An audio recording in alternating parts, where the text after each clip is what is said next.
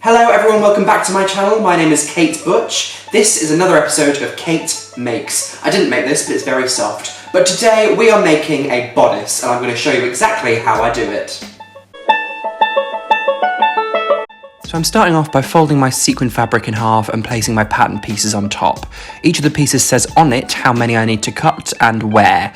One of these pieces is on the fold, this one here that I'm pinning now, and the rest of them I just need to cut to, but not on the fold.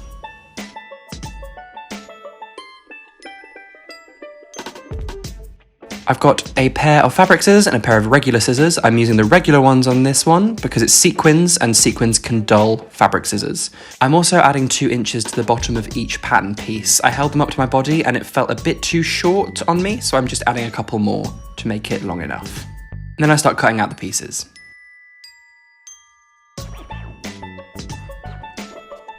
I'm just using some of the other pieces just to make sure that I've got a consistent length added on the bottom. I like to cut out the pieces quite generally and then go in a bit later and cut out the specific corners and curves. There's a lot of sequins on the floor.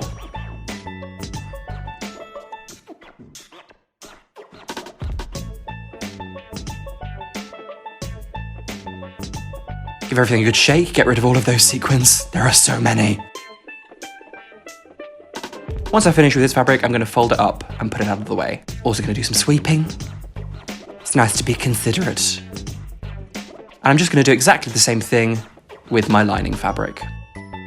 I'm pinning the pattern and the sequin fabric onto the lining just so I know exactly how long I need to cut out. Just rearranging the pieces so I can make the best use of my fabric. For this one, you can use fabric scissors. Just for a plain fabric, it'll go through it like butter.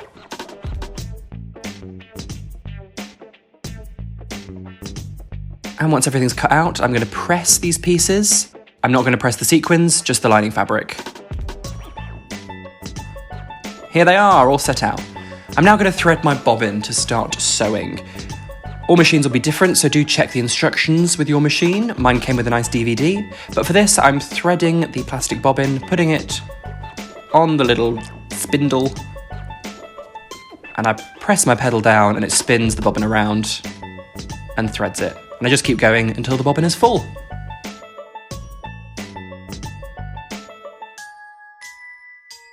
I'm then going to put it in the bottom of my machine, being careful to make sure that it's threaded right as per my instructions. Put the casing on top, and I'm using this piece of tape to maintain my seam allowance. I'm now threading my top thread, just again per my machine's instructions. I've got a tension of 2, I don't know why, and I'm doing short stitches just so it can pick up all of that quite fine lace with the stitches. This tape is maintaining a seam allowance of 5/8 of an inch. That's what a lot of patterns have, but do check each individual pattern for their seam allowances. So quite a short stitch and a tension of 2, and a seam allowance of 5/8 of an inch. I'm now stay stitching, which is just doing a line of stitching through one layer of fabric, just on the curved edges. This keeps them from warping. I'm doing that on all of the curved edges of my sequin fabric. The pattern tells me exactly where to stay stitch. Now I'm going to put 2 pieces together. We've got the side front and the centre front. This is a princess seam dress, so it's got 2 seams running down the middle of the front.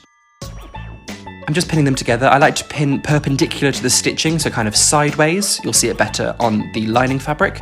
This means you can just sew over the pins and then take them out when you're done. I'm going to begin stitching my 2 pieces together. I do a few stitches front and then I push this button down and do a few back. This keeps everything in place and stops the stitches from unravelling. Notice I'm using my tape as a guide for my 5/8 of an inch seam allowance. Then I just keep going to the end.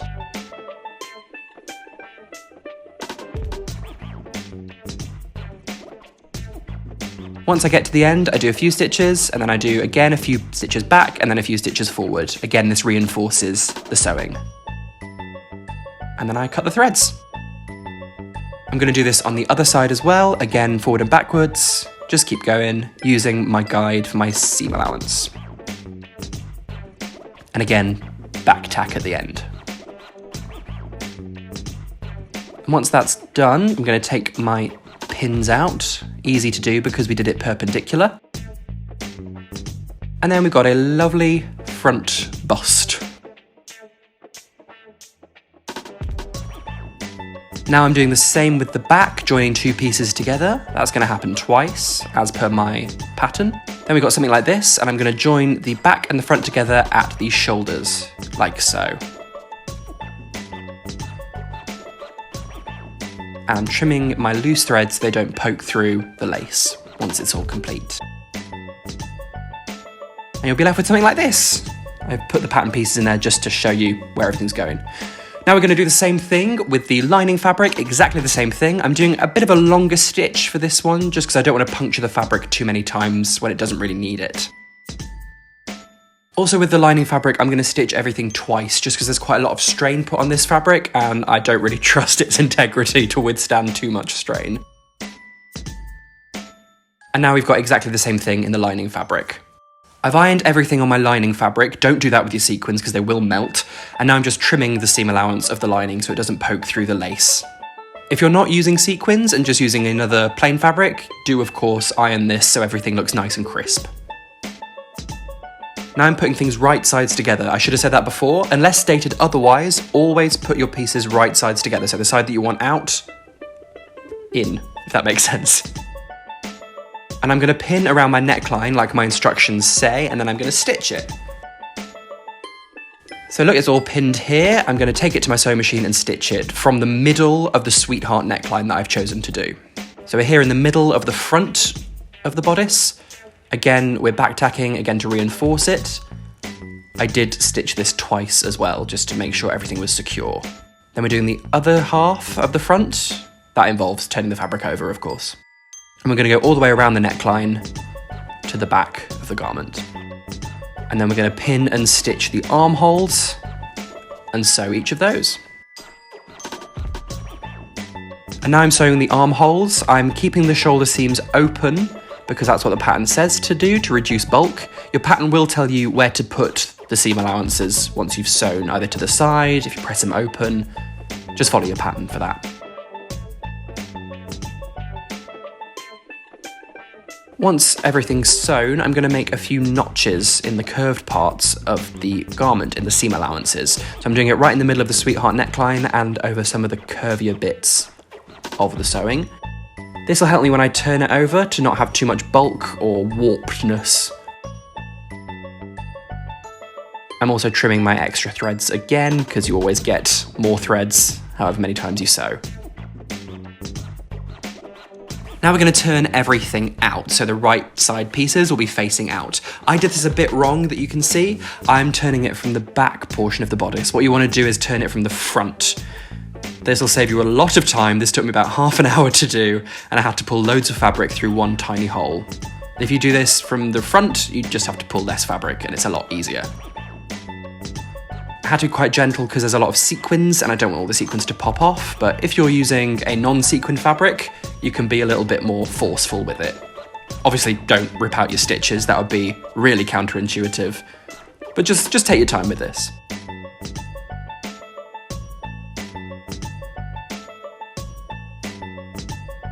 Oh, I wish I'd turned it using the front part of the bodice. I realised my mistake quite quickly, but there was no turning back. So I had to turn another bit inside out, and it was all just a bit of a faff, so turn it from the front. Pull the back part through the shoulder straps into the front part. It makes sense once you're doing it in practice. Now, once everything was turned out, I used a very cold iron. I took a bit of a risk. I used a cold iron to give it a quick press to make sure everything was quite finished, but not melted. And then we're sewing up the sides. So we're joining the sides with the sequin fabric and the lining fabric, and we're just sewing one straight line down each of the sides, going from sequin fabric into lining fabric.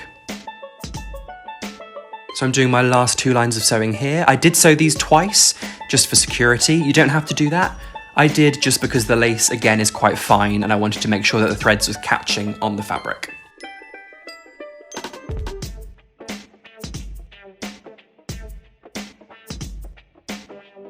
And then I tried it on. Obviously, you need to wear this over a jumper. That's the fashionable thing to do. The back's left open because I'm going to put a zip in it when everything's done. But for all intents and purposes, this bodice is finished. So that's it, the bodice is done for now. Do join me next time where I'm going to be making a skirt to go with the bodice. So make sure you subscribe, you ring the bell, and you follow me on social media at KateButch1 to make sure you don't miss the next episode. Until then, stay safe, stay inside if you can, don't travel if necessary, and I'll see you on the next episode of Kate Makes. And wash your hands for 20 seconds.